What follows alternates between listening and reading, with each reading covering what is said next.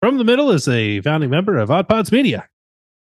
Hello, everybody. Welcome to episode number 199 From the Middle. That's right, folks. We are one episode away from episode 200. And while I have your attention now, why don't you go ahead and send us what your favorite or least favorite or memorable moment from the past 100 to 200 or whatever, past couple hundred episodes that we've done.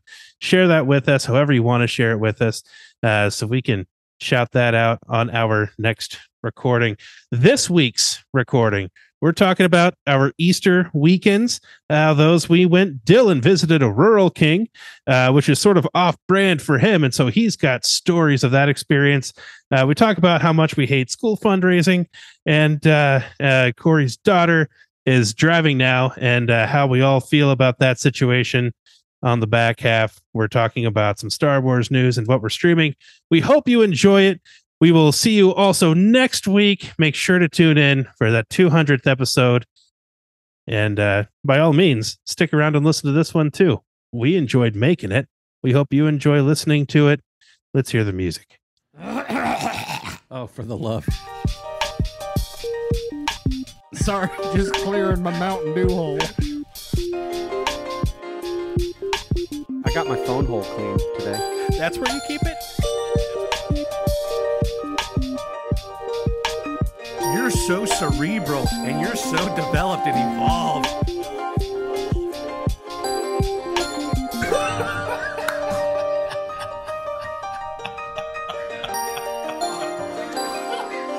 From the Middle after dark over here. Hey everybody, it's episode 199. 200 is just around the corner. We're super excited. How you guys doing? What's up? What's going on? What's shaking? Nothing, man. Bacon. Y'all have a good Easter? How was Easter? Easter weekend?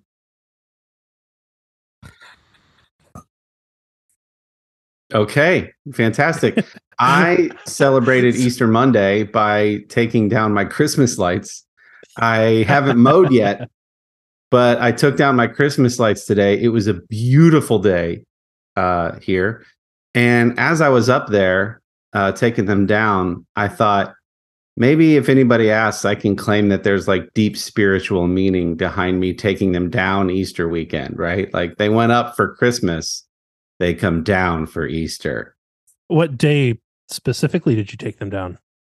Today, Monday, April 10th. Oh, if you would have taken them down on Good Friday, that might have made some sense. Yeah, but you could just roll that all together and say Easter weekend, right? We put them up to celebrate his birth. We take them down once he is risen. But Good Friday does make a lot more sense. It would, but then you would have to put them back up again on Sunday, right? So it just doesn't jive. Nope, you're just late. That's all. Just super late. Yeah, I tried. It was worth the shot. I decided that Christmas lights are one of those things that the disdain I have for the task far outweighs how long it actually takes. Because I installed those it's a little finishing nail, like a little brad and a little hook. All I have to do is place the cord in the hook. It takes all of 30 minutes to hang them and even less time to tear them down. But I hate doing it. Because to get all the ladders out, I have 3 different ladders for 3 different heights. One goes from my sidewalk just in front of my front porch all the way up to the peak of the second story. So it's a lot of work, but it really only takes 15 minutes. So why do I dread it so much? I don't know. There's probably something there tied back to our childhood of our mom making us get out all of her decorations and all the Christmas villages and all the things. And we were the ones hauling them, upstairs from the basement and unpacking them. And you might be onto something. You got to do the finishing touches kind of work. We had to do the grunt work. Yeah. And it's like, these are your decorations. You want this. Right. Yeah. Now that you mentioned Christmas villages, the Christmas village is still up in our house. So I consider that to be more of a winter decoration. And because of where That's it fair. is, it is a pain to put it up and take it down. And I get ladders involved and stuff. But no, it definitely needs to come down. It's overdue. But your neighbors don't see that. That is true. So I haven't mowed yet, but my Christmas lights are now down. So that's good. Good. Baby steps. Baby steps. Baby steps. What's new on you guys' mind? You guys have a Rural King around you, the store? No, Or have you ever been to one? I've never, but I wouldn't mind it. Sure. Yeah. If you're into any kind of country kind of store, farm store, Is this one like here, Tractor Supply? But bigger. Yeah. but bigger and Cheaper. and more dust. Is it like the odd lots of the farmer world? Is that Animals, kind of some live chickens and ducks and rabbits? Well, yeah. So we have one locally, and obviously anyone who listens knows that I wouldn't have a need to go there very often. But it was Easter weekend, and we thought, oh, they have chickens and ducks and rabbits. Let's take our daughter there to see the little chickens and ducks and rabbits in the little pens with the heat lamps and whatever. That'll be cute for her to see, like the baby animals. Sure. And my wife had just gone with her dad because he needed some stuff. And so she's like, there was a ton. Well, when we get there, there's like one little tiny bucket with a few like ducks in it left and then a couple bunnies. But when we walked in, it's like, I don't know if they were trying to like cut the electricity bill or they were like trying to make it feel like a seedy alley in there. The lights were all like half off. And so immediately it's like if you walked inside to a dark building and then put your sunglasses on, and that's how you're kind of like walking around. And it was the oddest experience of how long it took my eyes to adjust to walking around this Rural King. Like I almost just like walked around the perimeter and left because I'm like, I can't really see anything in here anyways. But we went to look at the chickens and the ducks or whatever. And I don't know. I don't understand. We asked the kid at checkout, he didn't know. He was like, I think our bulbs are just too low of a light or something. So he's like aware of it. Or there wasn't enough like lamps installed the whole length of the thing. I'm like, are they just trying to give like concealed carry people every opportunity to use their gun they can, and they're just making it like an alley in here, like everyone can rob everyone? I don't understand what was going on. Well, then it's kind of like warm and it smells like a barn, and they have like free popcorn right by the checkout. I don't know how the people that work there aren't just asleep behind the cash register. Because there's like hay right around the corner. You could literally put a little pile of hay and just take a nap at the checkout. So we were working our way after the ducks and bunnies back up to the checkout because we did the thing that we came there to do. And we found a bin that just said $5.99 tools. And so I'm like, oh, that's probably not a bad deal. And so I look in the bin and I'm realizing there's anything from like a small hammer to like a utility tool to like a shovel, and then like a bucket with cleaning brushes and scrubs in it. And literally just the whole quote bin is everything is $5.99. And it was just the most bizarre. I mean, if you go to like Walmart and there's a $5 bin of movies, it's just movies, but this is like anything from anywhere in the store could have been in that bin. There could have been boots. There could have been live rabbits. There could have been a wheelbarrow in that bin, and it would have been $5.99. It's like whatever they just wanted to get rid of went in the clearance bin. And it was pretty crazy. So interesting place. We almost left though without seeing that they had a food section. And we were poking around just because I was curious to see what kind of stuff Rural King would have. Circus peanuts.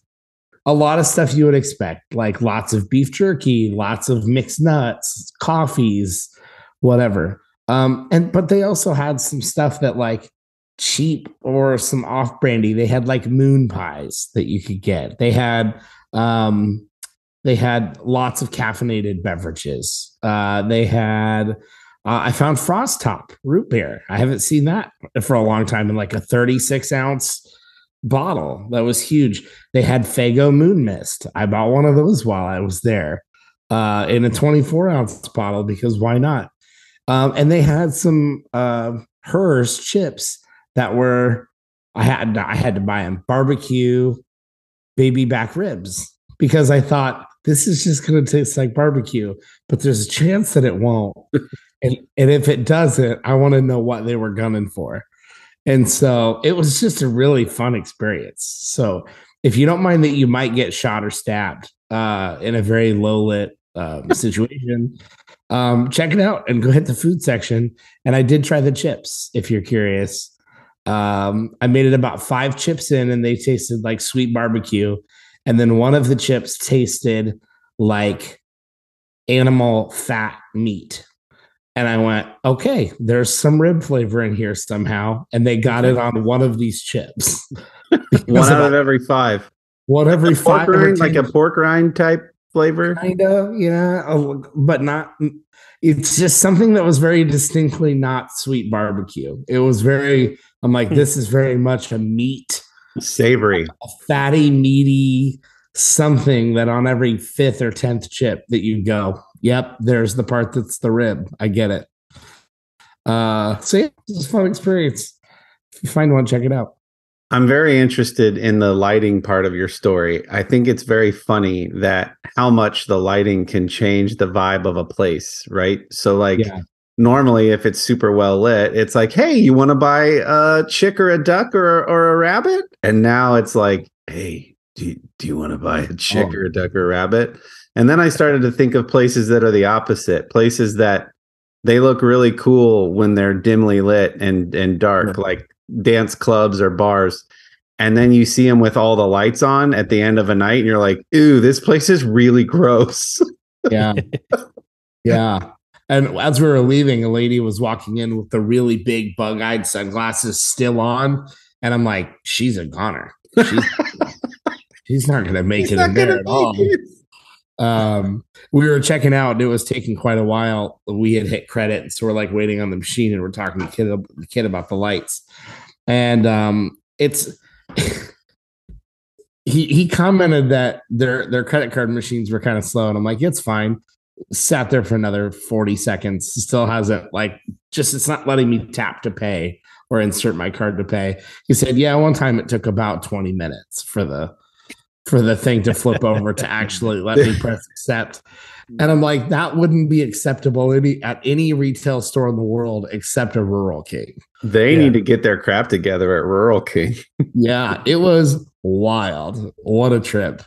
Hey, you're being too expressive with your storytelling. I'm really worried about that ATST behind you. Like it's been shaking around since you started. Yeah, I've been watching that too. Yeah, wobbling. I'm waiting for it to fall, and then for you to have to do 637 piece repair. Weebles wobble, but they never fall down. That's what we say about the Empire. It's probably fine. Okay.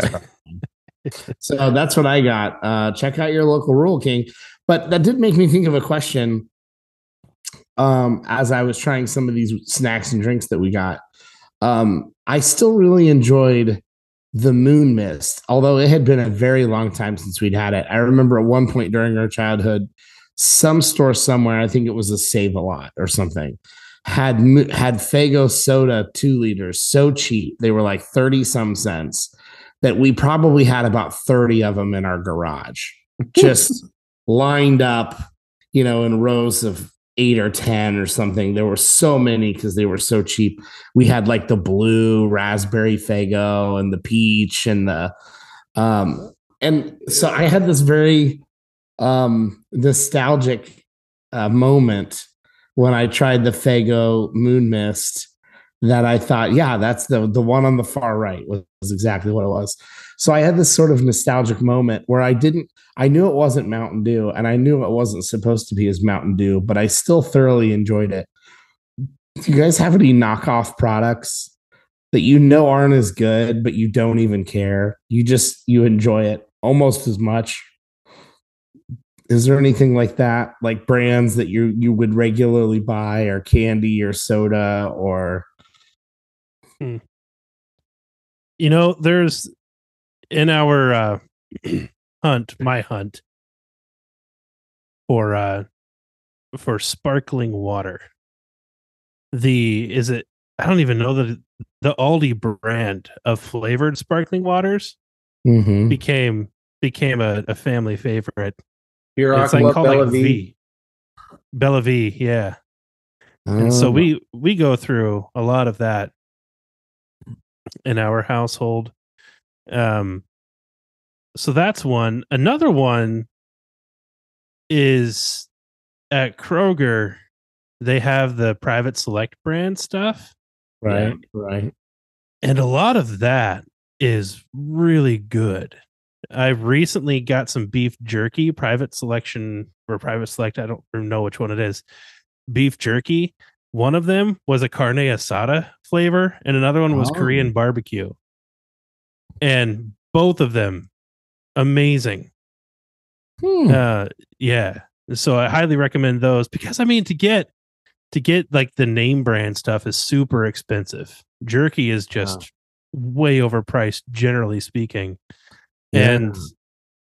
And to get the mom and pop stuff is even more expensive, but the private selection stuff was good. And it wasn't too soft and chewy like I think like Jack Link's jerky is too soft and chewy. I want like hard, leathery, make me work to get a piece off jerky.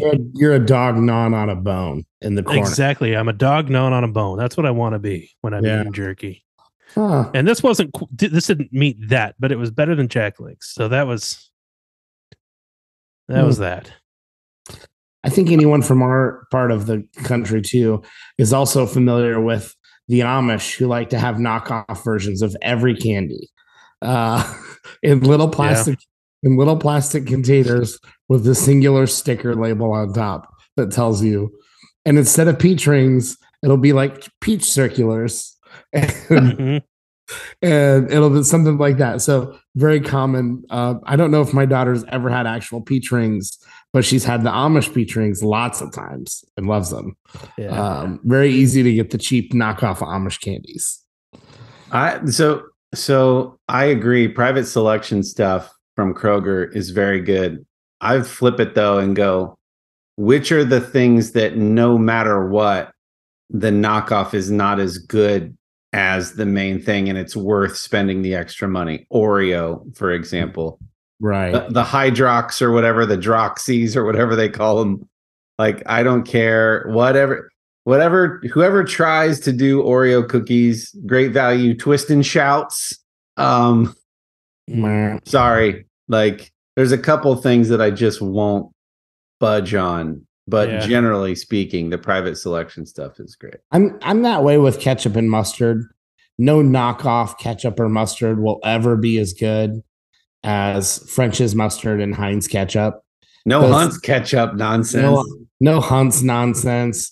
No gold, whatever. I don't care what it is. Those are the two: French's mustard, Heinz ketchup. And I'll say, to their credit, Heinz has the Simply ketchup now that's like 6 ingredients, and it's super good. It's like their healthier, no high fructose corn syrup ketchup, and it's still delicious. And so those two are like, I don't try to save a penny on ketchup and mustard, or a dime or a quarter or even a buck. It's not worth it. Yeah. Just stuff. And I'm about to say something that's controversial, probably in some circles, but like the Keebler brand, so it's still a brand name since we're talking about cookies, but they're knockoffs of Girl Scout cookies. Every bit as good, a ton cheaper. And I'm one of those people that thinks that, like, I would love to support the Girl Scouts. Stop pricing yourselves out of the market. That's on you. Yeah. Like I will get my Samoas under a different name at Kroger should I want Samoas. You know what you can do? You can mail the Girl Scouts a $20 check and then save a load of money on cookies. Right? Yeah. Like, here, take this 20 and go support the Girl Scouts. That's fine. But yeah, I'm getting cheaper knockoff because that's a big thing now. Like, I think several stores have knockoff Girl Scout cookies, especially like the tagalongs and the Thin Mints and the samosas or whatever, the Samoas. Samoas, which is my all-time favorite. Yeah. Oh, Thin Mints. Oh, we talked about this before. I went off on how I get frustrated when the parents do the selling for the kid. Yeah. So I got beef with Girl Scouts anyway, because I got beef with the fact that the Girl Scouts don't actually sell. The moms post on Facebook, Rebecca and Stacy are selling again. Let us know your order. It's like, no, when Rebecca and or Stacy come to my front porch, I may consider buying boxes of cookies, but not until then, Helen. Yep. I get it. And it's because the moms have a garage full of stuff that like they've already bought, and they're trying to and then they have the audacity at the end of the season to say my daughter was top seller because you took sign-up sheets to work. You're cheating the system. It's wrong. Yeah. The point is to teach them entrepreneurship and how to. Okay.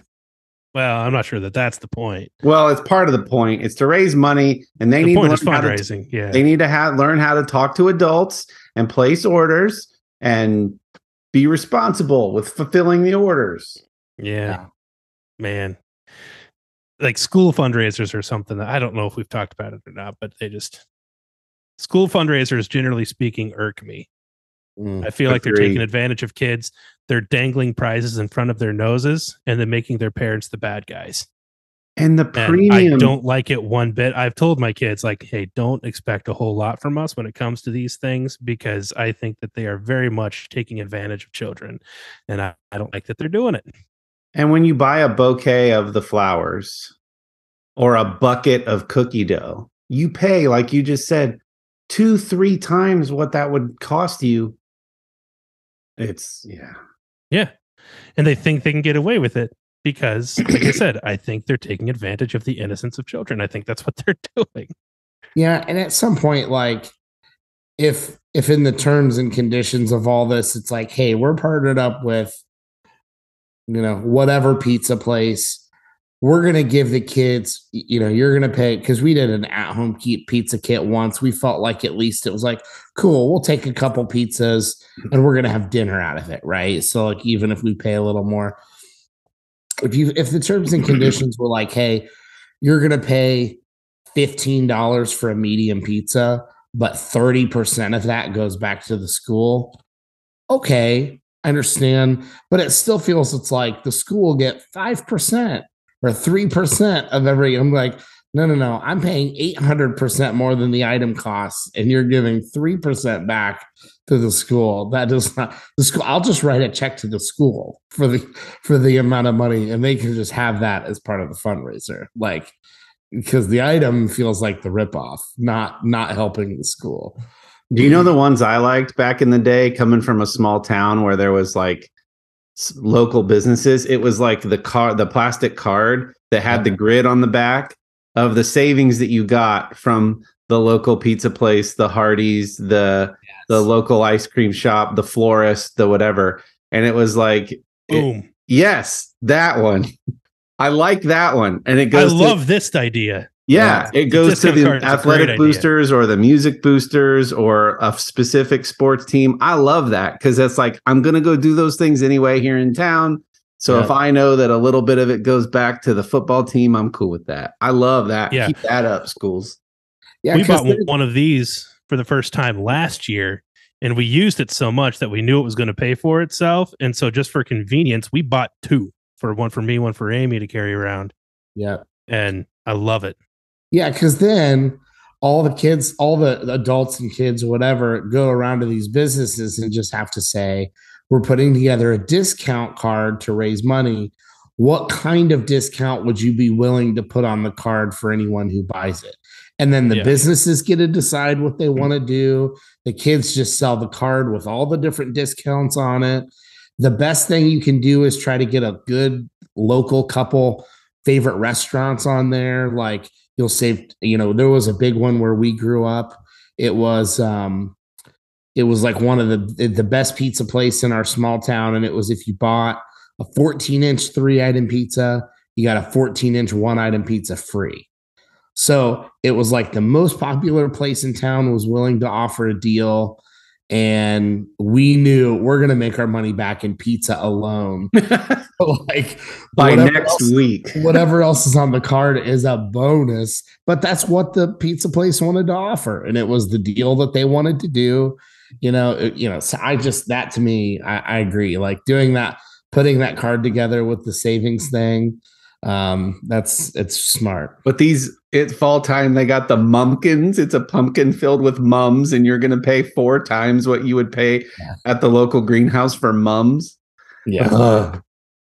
Anyway, things I never thought we'd talk about when I clicked record are disdain for the way that fundraisers are being done in the public school system. Mumpkins. Mumpkins. Never thought that word would be uttered on. Yeah, and yet here we are. Man. Speaking of tribal tattoos. Speaking of schools, my daughter's now driving herself to school. How about that, man? How do you feel about it? Well, so here's the thing, and I don't think she'll be embarrassed by me saying so. It was last Tuesday. She goes in for the test. She's already taken the written. This is just for maneuverability and driving around town for 15 minutes with the person in the car. So she's very nervous about the maneuverability part, as most kids are. So the day before, her schedule's pretty packed with this musical she's getting ready to do, Little Women and softball. But I said, hey, between school and practice, I think, or in your game, I think we have enough time. There's some really, really tall cones at your school. I'll set them up, the regulation distances, and we can practice. So she practiced. She did really great. The next day, her mom takes her to Delaware County to do the maneuverability and the driving. Smartly, they do the tougher part first, because they're like, if you fail the maneuverability, we're not going to waste any further time having you drive around town. You can come back. So Lily crushes the maneuverability, did awesome. She does the driving part, does totally awesome until the last right-hand turn into the parking lot of the BMV and rolled through a red light, which is an automatic fail. Oof. So she's like, well, it was like a T intersection and I was turning into a parking lot. I didn't think.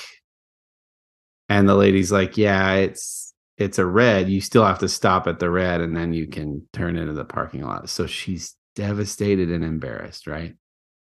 Now, here's what I don't know. As her parent, I'm like, how long do they make you wait as your punishment, or you need to learn your lesson or work on that thing that was the reason that you failed? Like, how long is this? 2 months, like 2 weeks? And they're like, no, 2 days.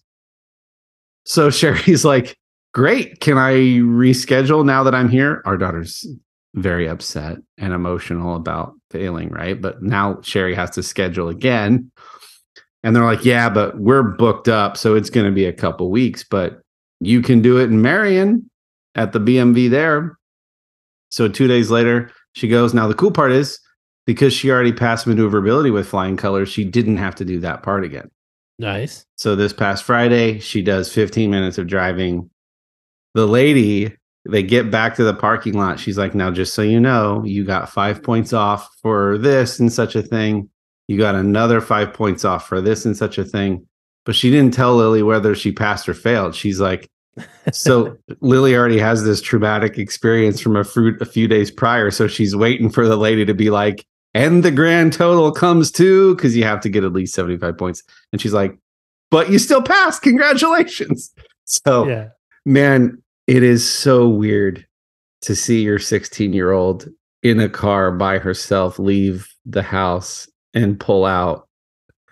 So Friday, she gets it. She's so excited. And we're like 4 houses down. Her sister had a hangout with friends. And so we're like, you can take your sister to the hangout. Again, it's just 4 houses down. But her brother, Case, jumped in the car. They drove around. And then the next day she drove herself to play practice, and she's been driving herself to school. And it's like, oh, this is so weird. We're in that phase of I totally understand now when our father would say, I can't really relax until you're in for the night, and we're not talking like she's not out late, just the simple fact that she's driving. For a while, we're making her text us when you arrive safely, text us when you're leaving. We'll see you when you get back. Just till this is new for us. So just until we get comfortable, can you accommodate this request? But man, it's a whole new season. So crazy. I remember taking my test, and I took it in a city, lots of cars on the side of the road parked. And the instructor says take a right at the next stop sign. I can't even see the next stop sign. So I just flip on my turn signal, not knowing how close or how far it is. Those are the only points that I got knocked because I was like 60 yards away from the next stop sign. But it just reminded me of it was in Austin Powers where the golf cart is coming down the hallway and he's just screaming forever and it's barely moving. That was probably me going down that street at like 25 miles an hour, 60 yards from the stop sign. Like, I'm going to hit it. And then it's just the stop sign 60 yards away, like camera angle seeing me slowly approach. Well, congratulations, Lily. I'm sure she's going to have a ton of fun driving around safely. So you ended up passing your first time? I did. Yeah. Those are the only points that I got docked, was that I was more than 50 feet from the stop sign when I flipped on my turn signal, because I couldn't even see it. He just said, turn right at the stop. And I went, okay, I'll flip on my signal. And when I get there, when I see it, I'll see it. Because there were so many cars on the road. I had no idea where it was. So, but I did pass. Yeah. That's fun. Kendall, do you remember your driving exam? Or you get I do, your 50, vaguely. 50-hour requirement in, or any of those memories? Yeah. So I learned how to drive and took the exam in an Oldsmobile 88. Dang. You weren't doing yourself any favors Which on the maneuverability part. Yeah. So for those who don't know, it is a boat of a car, an old school, super long boat of a car. And that was also the car that I drove to and from school for a while. And so I remember that, but it was also the car that I I'd practiced in with my dad and was comfortable with. We had a full-size conversion van that I also practiced with and drove around town.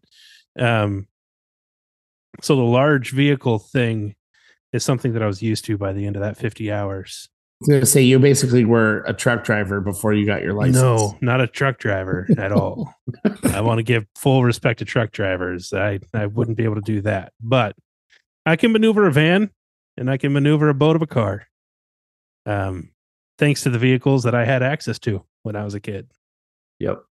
So that was that. And then I ended up shortly after getting my license at little Dodge Shadow Eurosport, which is the antithesis of an Oldsmobile 88. Yeah. Well, speaking of driving, we're going to keep driving this episode, and it feels like a good spot to park and hear some words from some of our friends in Odd Pods Media. This is Beer in Front. Every week I'll talk about a beer that maybe we've forgotten along the way while we get those check-ins and badges. Being the Chicago beer guy, I'll also talk about great craft beer in the city of Chicago. And remember, sometimes the beer in front of you is the best one yet. That's Beer in Front, part of the Odd Pods Media Network. That noise means that we're back. So, to shift gears back into reverse a little bit. So at the top of the episode, Corey had asked us how our Easters were, and it was met by very awkward silence. On my end, that was because my internet today has been crappy, apparently, this evening. And so it took a long time for Corey's message to get to my ears. But I want to say that this Easter weekend for me has been, for whatever reason, one of the sweetest, most relaxed that I've had. And usually it's a very, Holy Week is a very hectic week for for me. And this year, man, we did the Good Friday thing, and there were people there. I think the most people that have showed up to a Good Friday thing ever in our church. And it was such a good and heartfelt moment. Like the room, everybody was respectful and participatory, and it was so good. And then our church also puts on the village Easter egg hunt the following morning, and again, we had plenty of help for that, and that went well. And again, lots of people there, but that's a village thing. There's always lots of people there. And then Easter morning went really well. And even a couple of small tech glitches, but nothing that was concerning to anybody. And it was just, it was so good and relaxing. And I enjoyed that. That was the first time that I had experienced a relaxing Easter week. That's really good to hear, man. I'm really glad for that. I'm on the other end of it, feeling good. It's good. Yeah, it's a big week in the church, and yeah, for those like Kendall that are in charge of putting that on, the whole weekend can be a lot. So I'm glad to hear that you were able to enjoy it from that perspective, and it went from being hectic to, just wholesome and good and enjoyable. Yeah, it's good to hear, man. I wanted to throw that in there. I'm glad you did. Thank you for doing that. You bet. So, do you guys have how about Easter? So we talked about at Christmas time having a whole bunch of family Christmases. What about Easter stuff? I know that our kids ended up doing 4 different Easter egg hunts for different reasons. Do you guys have any of that experience around Easter? Well, usually not. I'll answer. This year, though, we did. So we're going to basically have 3 Easters this year across 2 weekends. So we had some family over last Saturday for lunch, and that's when we did our daughter's egg hunt outside. So we put our eggs outside for her. And then more big family Easter on Easter Sunday. And then my wife's family pushed their Easter back a week because people couldn't get together for Easter weekend this year. So it's going to be kind of like a 3-day event for us across 2 weekends, which is fine because it's not as much like preparation and gifts and all that stuff like Christmas is. Really, you're just showing up to mostly eat. But that's still a thing though. One and done for us. Yeah, Easter Sunday with our mom's family was the only one for us this year. And we've never really done the Easter basket thing for our kids, which really bothers our mom. So she goes to the trouble of putting together thoughtful little baskets for our kids, which is wonderful. So it's something that just nothing against it, and just never really. I didn't want them to think that it was another Christmas and that it was about them getting another round of gifts, I think. And so, yeah, that's what Christmas is about. Yeah. But she just she'll get them some little tchotchkes and maybe their favorite candy and some makeup or, something like that. So that's cool. Yeah, we had one.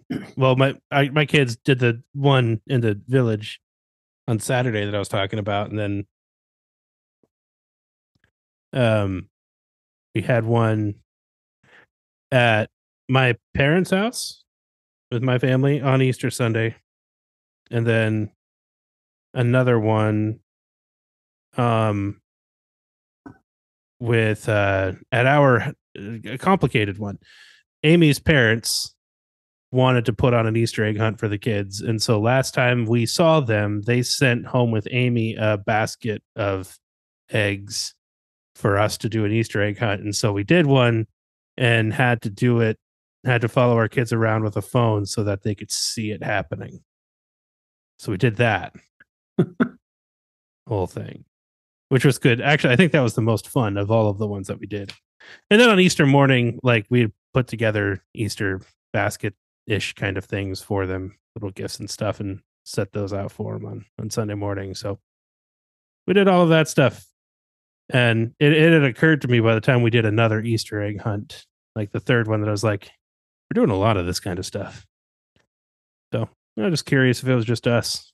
But they had a little one, but it's not really they had a little one on Sunday, but it's not really a huge thing. The kids always like it, but then they sort of get to that phase where they grow out of it, but they'll definitely take the free candy. Mm-hmm. Then they have to pace the older kids have to pace themselves, so they're not getting like all the eggs that are hidden more for the little kids. Right. All right, switching gears again. Dylan has a Star Wars Episode 1 hat on. I have a Star Wars shirt on that Dylan got me with the Millennium Falcon in 1977, the year that Star Wars came out. May was the month. This was a big week in Star Wars news, and I feel like we have to talk about some of the things that were announced at Star Wars Celebration, the annual get-together for Star Wars nerds. Geeks, I'm sorry. I usually say geeks, and this time I said nerds. Star Wars geeks. It's very different. Dylan, you're more in the know than I am. I haven't read everything. I do have a website pulled up with all of the major announcements, but maybe just give the flyover of the most exciting. Sherry was actually the one that said, did you hear what they announced is coming? And gave me just a few of the bullet points. So do you want to give a rundown, or should I go to my website that I've got pulled up? Well, I think a little backstory, just a tiny bit of backstory is necessary here. So Lucasfilm and even like greater Marvel with how the last handful of movies and shows done, they're getting a little more nitpicky about what content is coming out, how much content is coming out. Also, are the streaming services going to make as much money as everyone thinks they're going to make? And so the little bit of backstory there is, I don't know, probably a year ago, we were talking about how like there was like 3 or 4 more sets of trilogy films all coming out over like the next 10 years. Patty Jenkins was going to get, she did Wonder Woman 1984. She was going to get a Rogue One movie. I think Dave Filoni was maybe getting a trilogy. So there was a lot of different things planned. Pretty much all of that has been scrapped. Like if it's not currently a show, it's been scrapped, other than Ahsoka. The Ahsoka series is still coming. Skeleton Crew with Jude Law is still coming. And now you're just going to have a couple individual films that are on their way instead of whole trilogies, and not even necessarily being made by the same people. So I think instead of inundating people with expensive content, Star Wars is trying to, and even Marvel to a degree, are likely slowing down a little bit to try to invest into the right content and not the same quantity that we've seen up till this point. We're going to still probably get some fun stuff, like they just announced Star Wars Bad Batch, the animated series, is getting a 3rd season. Visions is getting a 2nd season. Tales of the Jedi is getting a 2nd season. Those are all like animated content that's on Disney Plus. But now we're basically looking at really 3 films that are going to be like likely theatrical releases that will come to Disney Plus eventually. And so we're looking at a film based on Rey from the new sequel trilogy that'll be set 15 years after the Rise of Skywalker. This is likely going to be a redeeming Rey in the sequel trilogy kind of film a little bit. I expect them to try to explain some things very quickly that they want to explain from the sequel trilogy, not spend too much time on it, and then try to make a movie that sets her going forward. And at the end of the day, I would also expect that any of these could secretly have a 2nd and 3rd film that they're ready to okay and approve to continue to make them, but they're cautiously saying they're one film projects. So Rey is going to get a movie after the events of the Rise of Skywalker, 15 years. Dave Filoni, who's done a ton of work with Jon Favreau, not only on all the animated stuff. Dave Filoni is like right-hand man to George Lucas and has been for a very long time, but has been working, so he did stuff with the Clone Wars and Rebels, and has his hands all over the new shows like Jon Favreau, Mandalorian, Book of Boba Fett, Ahsoka. So Dave Filoni is going to get a film that's going to be wrapping up sort of all the events of Ahsoka, Mandalorian, probably missing something, set after the original trilogy, but before the sequel series. So Dave Filoni will have a chance to wrap up all that. The biggest reason there being Ahsoka, now that we've seen the trailer, Ahsoka is introducing Thrawn, Grand Admiral Thrawn. Arguably, outside of maybe Vader and Darth Maul, one of the most popular villains in Star Wars sort of lore.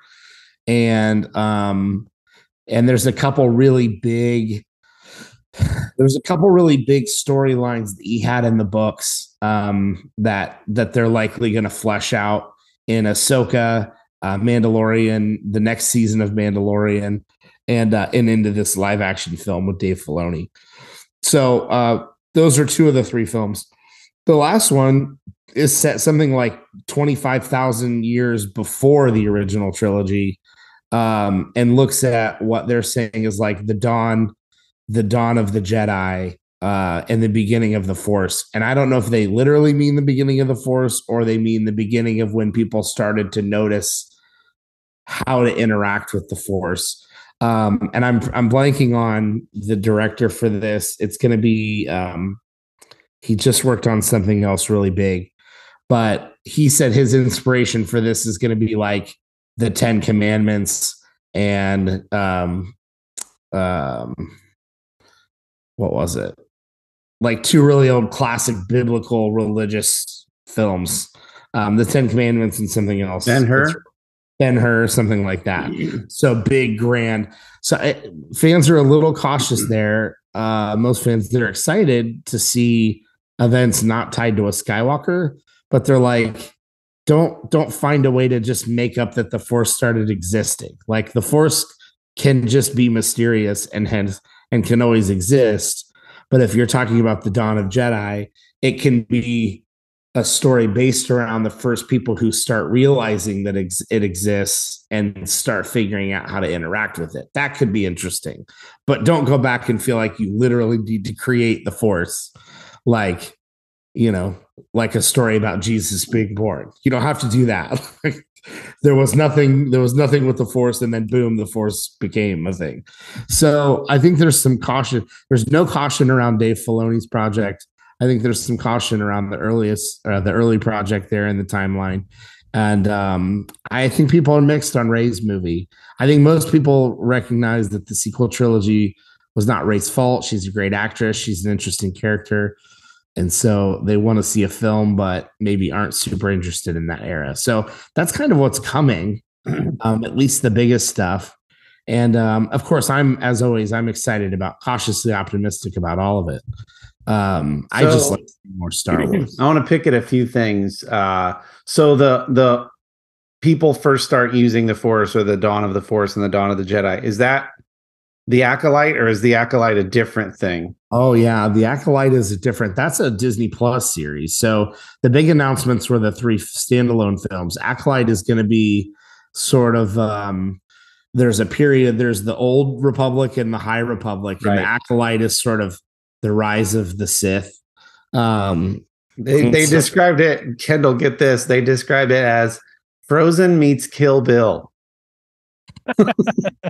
And so it's from the point of view of a Sith, or the Sith. That seems super interesting.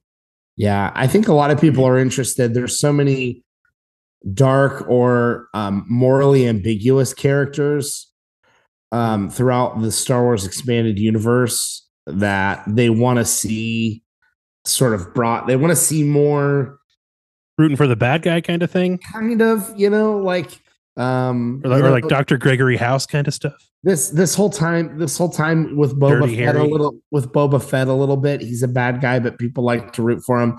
Thrawn, most people find Thrawn to be a really interesting character because he's got his own reasons for doing things. He's not necessarily an imperial loyalist, but he is part of the Empire, and so people find that sort of interesting.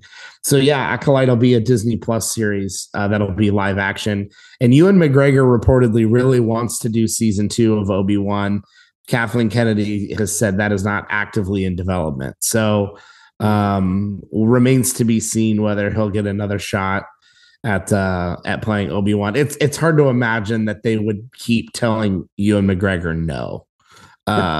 If he really wants to do it, I would imagine within the next 4 to 5 years they're going to let him do it. You also mentioned Skeleton Crew, which is another upcoming Disney Plus series. And what I liked hearing about that, other than that, outside of just that it's starring Jude Law, is that it's heavily inspired by like the Goonies and will focus on a younger cast. So that'll be kind of like a fun, different thing. Also they referenced several times on that one. It was important that they noted the outside of Jude Law, who is some kind of Jedi, the other main characters are kids. And it should feel a lot like a coming of age Goonies type story from the 80s, but set in the Star Wars universe. So they've said that multiple times. So clearly that's a very, very much the exact feel that they're going for. That they want that kind of, I don't know that means necessarily comedy, but maybe dark comedy, maybe a little bit of Stranger Things, maybe a little bit of Goonies, but set in Star Wars. And then 2 more quick things from the end of this article. So the Lando Calrissian series is definitely still happening, featuring Donald Glover. So that's interesting. And Taika Waititi is still working away on his Star Wars film. So that has not been scrapped. And Kathleen Kennedy said that he's still working on that. So yeah, don't know what era that is going to cover, but yeah. Sorry if you're not a Star Wars fan and you're rolling your eyes, Sherry. But for those of you that are into it, it's a great time to be alive if you're a Star Wars fan, and there's no shortage of content coming out. And for all of you saying that these are all just money grabs, you should be encouraged to hear that they're being more thoughtful about quality over quantity, and that they're willing to scrap things that they feel might not have enough weight or substance behind them. Yeah. Yeah, and especially with the Star Wars universe, I mean, when you start having conversations about like recasting superheroes as a opposite gender, minority, something, that becomes one discussion. But Star Wars is already such a weird, crazy, diverse part of the universe, anyways. I think it's abundantly clear, especially in the Star Wars universe, that there are super cool female and crazy looking characters. I mean, like I guarantee you, after this Ahsoka series drops, I would almost go so far as to say there'll be more Ahsoka fans in the Star Wars fandom than likely any other major character that's come along at this point. Like, if I want to go back and watch Rebels before I see they're going to bring a bunch of the Rebels animated characters to life.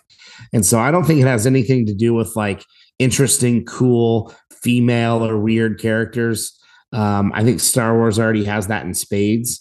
And so they don't have to try to be different is what I'm saying. And I think Disney knows that this time. Just make really cool, interesting characters and people will like them. Ahsoka is going to have a huge fan base after this series. So I'm looking forward to it. Lots of implications, Kendall. Yeah, I'm going to be using that phrase a lot after watching a lot of this content. Because I'm going to watch it. But yeah. Mandalorian has been delivering the last couple weeks. I just have to throw one more thing in there. Beautiful. It's been really incredible. Like, this will all come to an end someday, or at least there will be a long period where fresh content won't be coming out that's this good. And I'm just loving every minute of it, Jerry. It's so good. Speaking of fresh content and not so fresh content, one quick recommendation of something new and one quick recommendation of something old. I get in these kicks where I go back and listen to the music of my youth. And for Dylan and I, who followed our mom around as a touring singer and recording artist, that meant we were privy to, and maybe some would say subjected to, a lot of Southern gospel. Man, dude, I got into a kick and listening to the Cathedrals again. And just that old four-part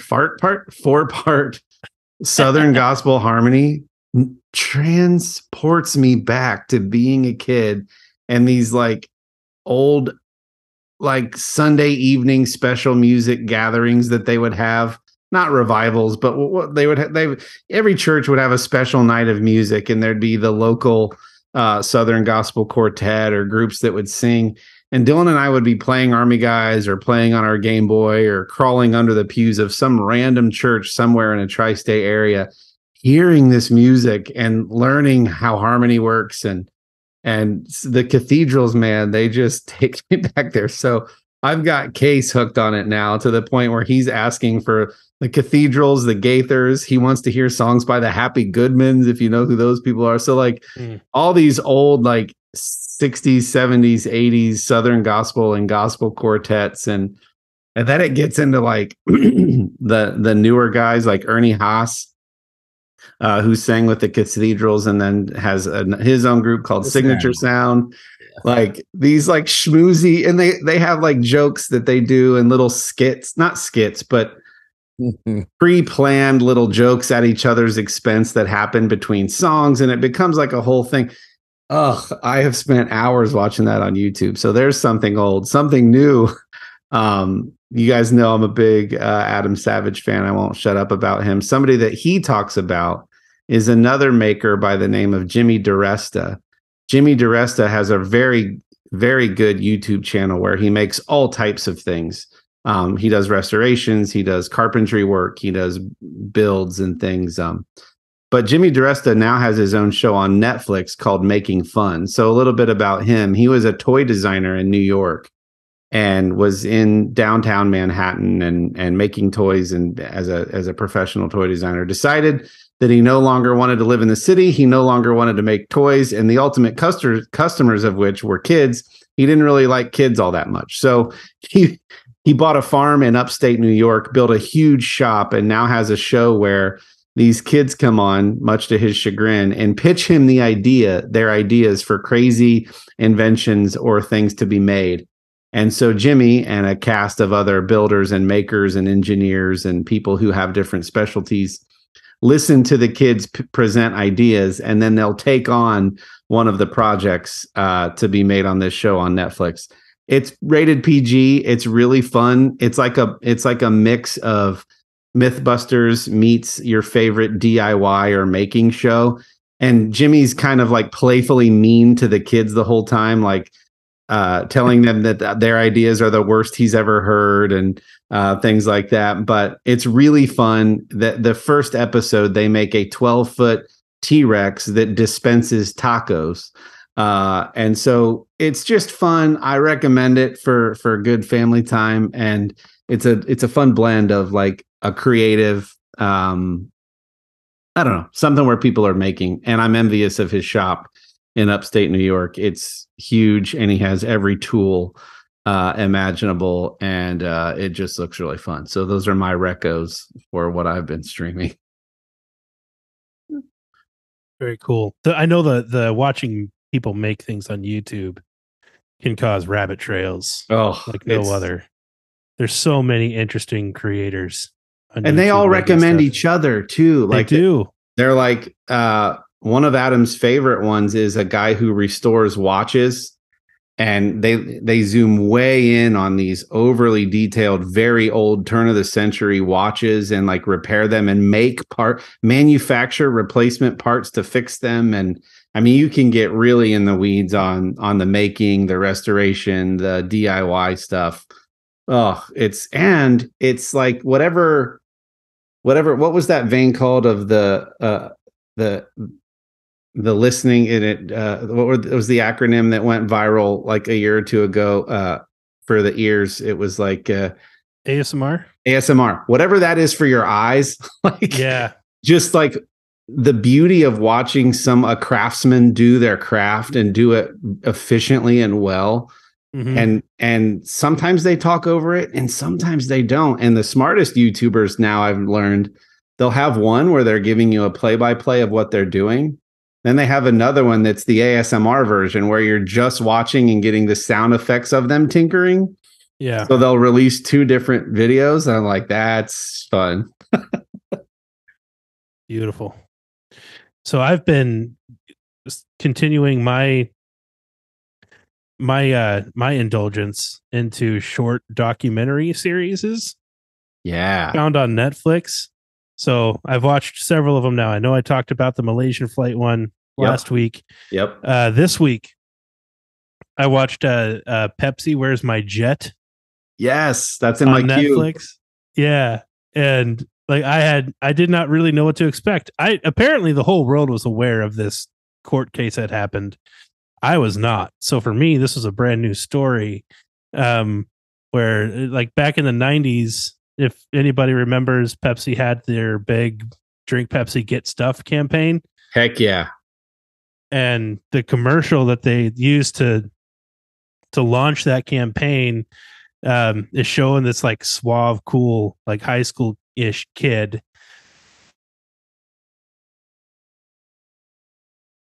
Frame stops and it says T-shirt, 75 points or whatever it was. And then it shows his jacket, stops, shows how many points. By the end of the commercial, he's flying a Harrier jet, a military grade fighter jet, to school.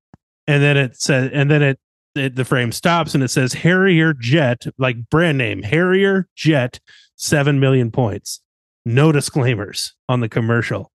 And so there was this one kid and an investor who took that commercial seriously and tried to get a Harrier jet, and a court case ensued.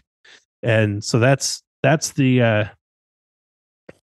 the documentary is about. Those are the details that like I think most of the rest of America is aware of. And then it takes a deep dive interviewing all of these characters from this story. It was a lot more interesting than I thought it was going to be. I'm excited to watch that. And I don't know if it's given anything away, but Pepsi got wise to this, right? And then they threw in a second version of the commercial. 3 total versions of that same commercial with a disclaimer. Yeah. I mean, and as far as the commercial is concerned, like it gets even more serious than that. Like they released. Anyway, I don't want to give anything away. Okay, yeah. Okay, add to your list the Pez Outlaw. I'd be interested to hear what you think of that. Pez Outlaw, yeah. Oh, yeah. Yeah, we talked about that a few episodes back. But I think if you enjoyed Pepsi, Where's My Jet? I think I will enjoy Pez Outlaw. I think you'll like Pez Outlaw. I think so. And you're gonna love the guy, the Pez Outlaw. He's just so fun and quirky, and that's awesome. Dylan, what are you streaming? Dill?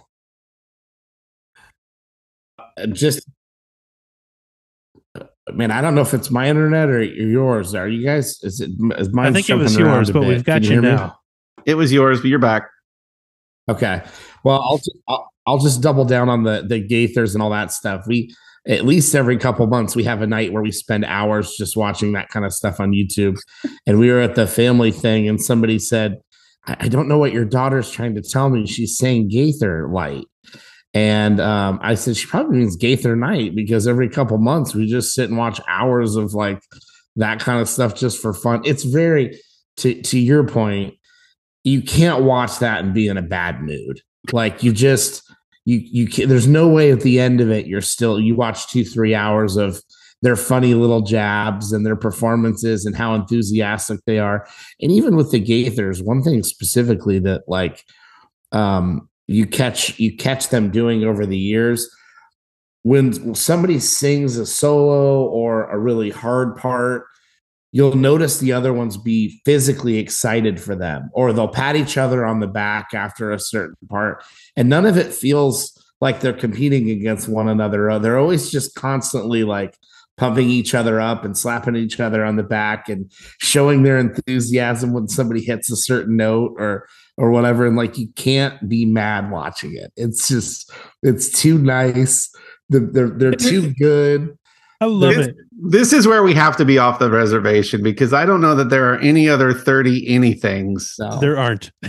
Sitting down to watch Cathedrals and Gaither videos and but it's a quirky thing that you guys have because of your age that I absolutely enjoy. And I love it about your family. and I love it about you two guys. And I don't share it with you, but I've shared before that I'm familiar with the basic patronage of gospel quartet music, and it's because I worked for a ticketing agency that did the whatever the logistical work for ticketing and seating at the National Quartet Convention every year. And like, I talked to so many customers, and holy cow, those people they're all 90, and they absolutely adore what they're going to go see, and I love them for it. And it's like, I love you guys for it, but you're much younger, and it's different for me. And it's I don't know. I like it. I like it about you guys. I don't know anyone, and that this is part of the whole foundation of building a podcast. We can pivot from Taco Bell to Sebastian Maniscalco to Admiral Thrawn to the Gaither vocal band, all within 10 minutes. And it somehow flow naturally as part of the conversation. But I'm serious, and we'll do that with our daughter, and we'll mix in like Maverick City and CC Winans, and we'll mix in whatever Torrin Wells, and we mix in other like contemporary Christian stuff as well. But like, it's just something we do regularly because it's something that we grow up with, and it's sort of ingrained into our DNA. Music already has that ability, and then you just take very talented, specific artists. It's like, there was something woven into my DNA at a young age that was Nat King Cole. And so when I hear stuff like him, or when I hear Gregory Porter and I hear stuff that's similar, I just go, ooh, you just get pulled in, and you're like, this is awesome. And so, it's just how it goes. Lots of Disney. We had lots of Disney woven into our DNA. And so it's hard to not hear like the Hercules song, or it's hard to not hear really, the Newsies, or one of those really great ballads, Mulan, and just like you gotta sing along, man. They're too good. Listen, our next episode is 200. So we've been doing this for a couple of years now, and you do a lot of like looking back and thinking and like what's gone well, what's been really fun and enjoyable, what's clearly not working, what are people tired of. I'm not sure if the thing you just mentioned about while we flow through these topics seamlessly for the listener, is that our greatest value proposition? No. Or is that the very reason that we that is no, if anything, it probably makes us unrelatable. Because like, you could have a podcast about beer and Weird Al, and like, you're killing it because people know exactly what they're coming to you for. Yes. And then you've got us, and they're like, I never know what the heck they're going to decide to like talk about for 40 minutes. So I'm not sure that I want to commit. Yeah. If anything, I hope that the type of audience that we get is they're here to laugh, which I think that we do well enough. And it's a little bit of the How It's Made crowd. And they don't know when they turn on How It's Made, what things they're going to see get made that week, but they're kind of just intrigued to see how they get there from A to B. And so I'm hoping it's like the people who just want to have a good time and laugh and are, okay, maybe we'll see how pork chops get made, or maybe we'll see how, industrial size flagpoles are made. I don't know. But I'm here for whatever. I did not know that Lay's was making Asian inspired potato chips, but now I do. And I'm not sure if I care that I know that, but I know that. And now I feel compelled to go to Rural King and see what my closest Rural King is like, because that's a thing apparently I've been missing out on. Exactly. All right, your folks. gun, you might need it. Yeah, you might. On your way to Rural King, you can listen to Dylan close out this episode. Bye. Did I need to do anything else? No, I think that's fine. Join us next week. It should be a fun one. If you have any thoughts, we've been asking on socials that if you have any favorite moments or least favorite moments from the last 100 episodes of 200, we would love to hear that. Or if you simply want to say, congrats, guys, well done. I haven't listened to every episode, but the ones that I have brought me a chuckle and a smile and a fun fact about food I didn't know. we would really appreciate hearing from you so that we can play that for next week's episode. Thanks to Artius Man, the best beard grooming crap you can buy. Go to artiusman.com, artiusman.com. Use promo code the middle to get that crap, because it's real good. You want to put it in your beard. It smells amazing. It's the best smelling crap you can put in your beard. What kind of rural king sales pitch is this? Yeah. I'm sorry, Jeff. So use that stuff. I really like it. I'm wearing it right now. I'm wearing the beard oil, and it smells good and keeps the beard nice and moist, and helps you with sculpting it. And it's pretty much it. We love laughing. We love hanging out. We love talking about what's going on in our worlds, and sharing it with you all. So thanks for tuning in, and we'll catch you on the flippity flip for 200. Bye.